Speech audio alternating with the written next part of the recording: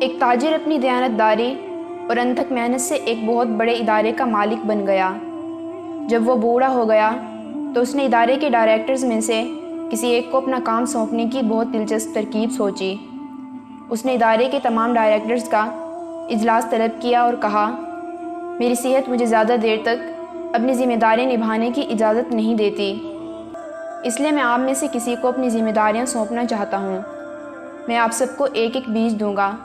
اسے بونے کے 1 سال بعد آپ مجھے اس صورتحال سے آگاہ کریں گے، جس کی بنیاد پر میں اپنی ذمہ داریاں سونپنے کا فیصلہ کروں گا۔ کچھ عرصہ بعد سب ڈائریکٹرز اپنے بیچ سے اگنے والے پودوں کی تعریف کرنے لگے، سوائے زید کے جو کہ پریشان تھا۔ وہ خاموش رہتا اور اپنی شرمندگی کو مٹانے کے لیے مزید محنت سے دفتر کا کام کرتا رہتا۔ زید نے نیا گملہ خرید کر اس میں نئی مٹی ڈال کر بہترین کھاد ڈالی تھی اور روزانہ پانی بھی دیتا رہتا تھا، مگر اپنی تمام تر کوشش کے باوجود اس کے بیج میں سے پودا نہ نکلا۔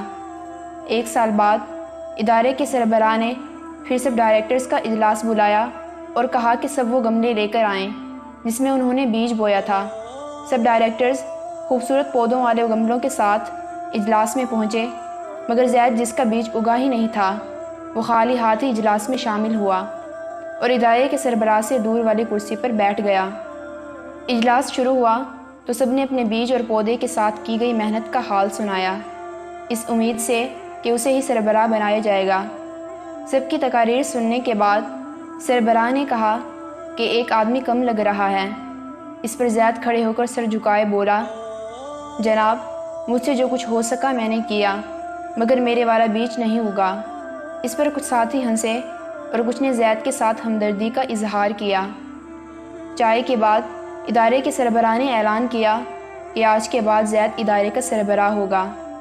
اس غیر متوقع اعلان پر کئی ڈائریکٹرز کی حیرانی سے چیخ نکل گئی۔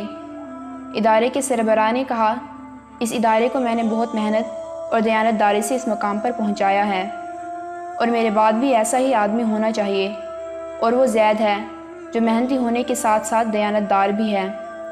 میں نے آپ سب کو ابلے ہوئے بیج دیے تھے جو اگ نہیں سکتے تھے، آپ سب نے بیج تبدیل کر دیے تھے، جبکہ زید نے ایسا نہیں کیا۔